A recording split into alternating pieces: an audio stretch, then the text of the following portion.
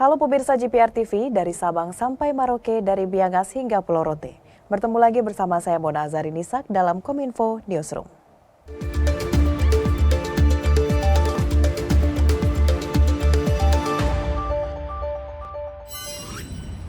Pemirsa, mengawali informasi pertama, Presiden Joko Widodo memberikan pidato saat pertemuan tingkat Menteri Keuangan dan Gubernur Bank Sentral atau Finance Minister and Central Bank Governors Meeting di Jakarta Convention Center.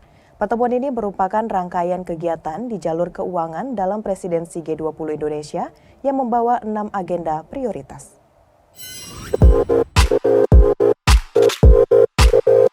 Presiden Republik Indonesia Joko Widodo mengatakan, pandemi COVID-19 belum kunjung usai sampai saat ini ketika Indonesia resmi menjadi presidensi G20. Belum usainya pandemi membuat Presiden Jokowi mengingat ucapannya saat pertemuan tahunan Dana Moneter Internasional Bank Dunia di Bali pada tahun 2018. Ramalan mengenai musim dingin atau winter yang menggambarkan perlambatan ekonomi ternyata benar-benar terjadi. Presiden Jokowi mengucapkan, pandemi belum berakhir dan ekonomi dunia masih terguncang dan dalam situasi seperti ini tidak ada satu negara pun yang bisa bangkit sendirian. Presiden Jokowi berharap pertemuan Menteri Keuangan dan Gubernur Bank Sentral dari negara anggota G20 bisa merumuskan langkah-langkah kebijakan fiskal dan moneter yang saling bersinergi antar negara. Semua negara anggota G20 mesti bekerja sama mengendalikan inflasi, mengantisipasi kelangkaan dan kenaikan harga pangan, mengatasi kelangkaan kontainer rantai logistik lainnya, dan mencegah terjadinya kelaparan. Bagaimana saya katakan pada IMF World Bank Annual Meeting tahun 2018, the winter is coming. Dan saat ini, winter yang berat benar-benar datang. Pandemi belum berakhir dan ekonomi dunia masih terguncang. Dalam situasi seperti ini, tidak ada satu negara pun yang bisa bangkit sendirian.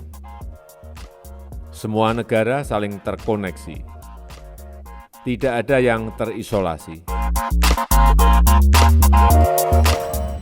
Di kesempatan lain, pemirsa, Presiden Joko Widodo mengapresiasi capaian vaksinasi yang telah dilakukan di Kabupaten Semarang, Jawa Tengah, yang saat ini telah mencapai lebih dari 70%, baik dosis pertama maupun dosis kedua. Apresiasi disampaikan Presiden Republik Indonesia Joko Widodo saat meninjau pelaksanaan vaksinasi secara virtual di 12 provinsi dari Istana Kepresidenan Bogor, Jawa Barat. Presiden menerima laporan dari Bupati Semarang, Ngesti Nugraha, terkait perkembangan vaksinasi di Kabupaten Semarang. Secara keseluruhan vaksinasi sudah mencapai 814.358 untuk dosis pertama, sedangkan vaksinasi dosis kedua mencapai 670.459. Adapun vaksinasi anak sampai hari ini dilaporkan mencapai 89.273 dan untuk lansia mencapai 83,24% untuk dosis pertama dan 69,96% untuk dosis kedua. Pihaknya bersama TNI Polri bersama-sama melakukan akselerasi percepatan vaksin baik secara massal maupun jemput bola. Pada kesempatan tersebut, Presiden juga sempat menyapa secara virtual 2 anak yang tengah mengikuti kegiatan vaksinasi di Kabupaten Semarang. Presiden berpesan agar anak-anak menjaga protokol kesehatan, utamanya selalu menggunakan masker dalam mengikuti pembelajaran tatap muka. Saya kira persentase dosis pertama sudah di atas 90%, dosis kedua sudah di atas 80%, lansia pun juga sudah tinggi, saya kira di Kabupaten Semarang sangat bagus, dan juga agar segera diselesaikan juga untuk terutama untuk lansia dan anak-anak, agar semuanya bisa terlindungi dari COVID-19. Saya sangat mengapresiasi Kabupaten Semarang yang persentase suntikan vaksinnya sudah sangat tinggi, dan saya juga sangat menghargai kerjasama pemerintah daerah dengan Kodim, dengan Polres. sehingga kecepatan vaksinasi bisa dilakukan.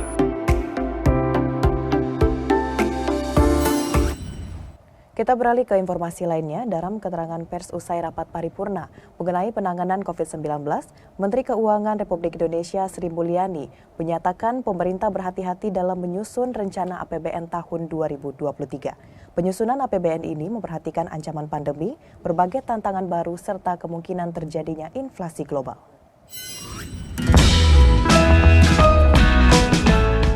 Rencana kebijakan ekonomi makro tahun 2023 disampaikan oleh Menteri Keuangan Sri Mulyani di kantor Presiden Jakarta Rabu kemarin. Sri Mulyani mengatakan meski tetap didukung APBN, namun kebijakan ekonomi makro tidak akan terlalu bergantung pada APBN, namun akan lebih berfokus pada sektor perbankan, pasar modal, dan lain sebagainya. Sri Mulyani juga menyebut ekonomi Indonesia sudah mulai pulih dari COVID-19. Pemulihan ekonomi didukung dari sektor konsumsi, investasi, ekspor, manufaktur, perdagangan, dan konstruksi. Lebih lanjut, Sri Mulyani menyebut pemulihan ekonomi juga harus didukung oleh perbaikan SDM, kualitas birokrasi, dan regulasi. Ini karena investor domestik kita sekarang sudah mencapai 7,5 juta investor. Oleh karena itu, di dalam pemulihan ekonomi ini, Bapak Presiden tadi telah disampaikan Pak Menko, pemulihan ekonomi harus didasarkan pada produktivitas yang tinggi. Sehingga temanya memang masalah produktivitas. Produktivitas yang tinggi hanya bisa muncul dari perbaikan dari SDM, infrastruktur, dan kualitas birokrasi serta regulasi. Itu yang menjadi pokok bagi KEM PPKF 2023.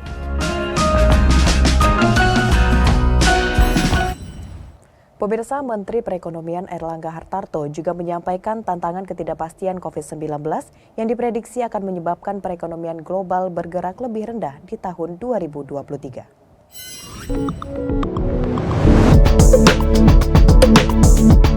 Dalam keterangan pers usai rapat paripurna tentang penanganan COVID-19 dan rencana kerja pemerintah tahun 2023 di Istana Negara, Menko Bidang Perekonomian Airlangga Hartarto mengatakan, pemerintah menyepakati proyeksi pertumbuhan ekonomi Indonesia berkisar 5,3% hingga 5,9% di tahun 2023.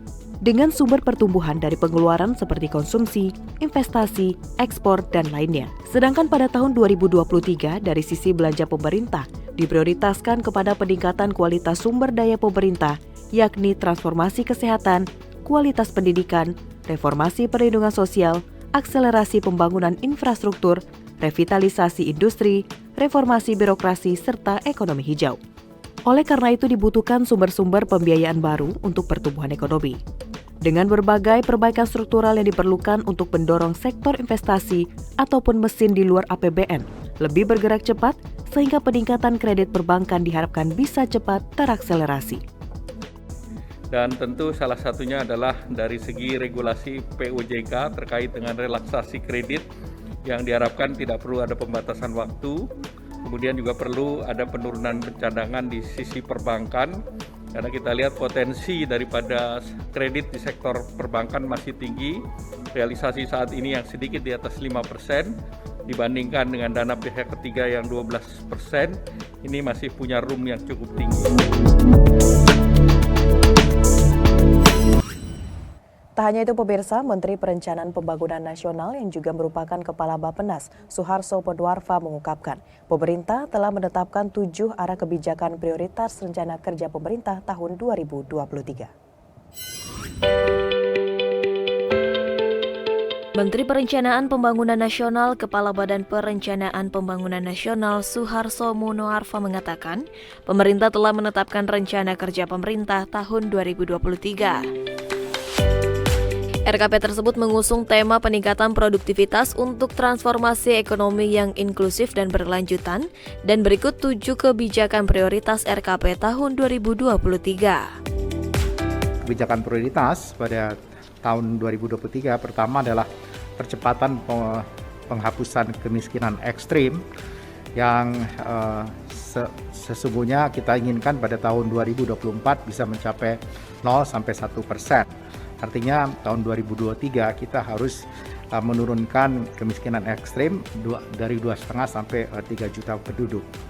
Kemudian peningkatan kualitas sumber daya manusia, dalam ini adalah kesehatan dan pendidikan, penanggulangan pengangguran yang disertai peningkatan decent job, kemudian pemulihan dunia usaha, revitalisasi industri dan penguatan riset terapan dalam rangka mendorong produktivitas, kemudian ekonomi hijau, mengingat Indonesia akan mencapai net zero emission pada tahun 2060. Jadi pembangunan rendah karbon dan dalam hal ini transisi energi menjadi penting sebagai respon terhadap perubahan iklim. Kemudian melanjutkan dan menyelesaikan infrastruktur, terutama infrastruktur dasar, termasuk antara lain adalah air bersih dan sanitasi. Lebih lanjut, Soeharto juga menyampaikan sasaran pembangunan lainnya, yakni pertumbuhan ekonomi yang ditargetkan berada pada kisaran 5,3% hingga 5,9%. Penurunan emisi gas rumah kaca sebesar 27%, tingkat pengangguran terbuka 5,3% hingga 6%. Gini ratio 0,375 hingga 0,378, indeks pembangunan manusia atau IPM 73,29 hingga 73,35, dan tingkat kemiskinan 7 hingga 8%. Pemirsa, program Kartu Prakerja gelombang ke-23 tahun 2022 resmi dibuka pada hari ini. Pembukaan tersebut disampaikan oleh Menko Perekonomian Airlangga Hartarto dalam konferensi pers Kartu Prakerja pada Kamis 17 Februari 2022. Menteri Perekonomian Airlangga Hartarto hari ini resmi mengumumkan pembukaan gelombang ke-23 Kartu Prakerja di tahun 2022. Peluncuran Kartu Prakerja saat ini diharapkan dapat mendorong percepatan ekonomi di gelombang pertama di tahun 2022. Untuk program Kartu Prakerja pada tahun 2022 ini, yakni akan dilaksanakan dengan skema bansos dan pelatihan online, dengan jumlah bantuan sebesar Rp3.550.000. Menteri Perekonomian Airlangga Hartarto mengungkapkan bahwa program Kartu Prakerja akan memberikan alokasi kepada 50.000 pekerja migran. Diharapkan dengan kebijakan tersebut dapat meningkatkan kompetensi calon pekerja migran Indonesia.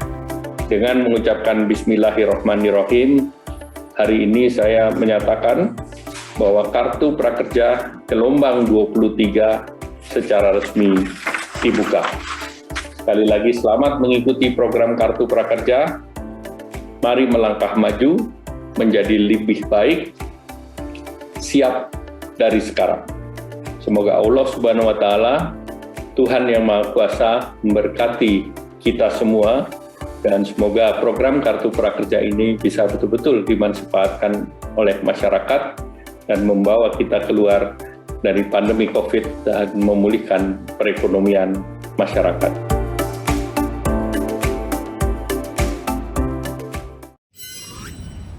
Pemirsa, tetaplah bersama Kominfo Newsroom karena setelah jeda kami akan kembali dengan berbagai informasi lainnya.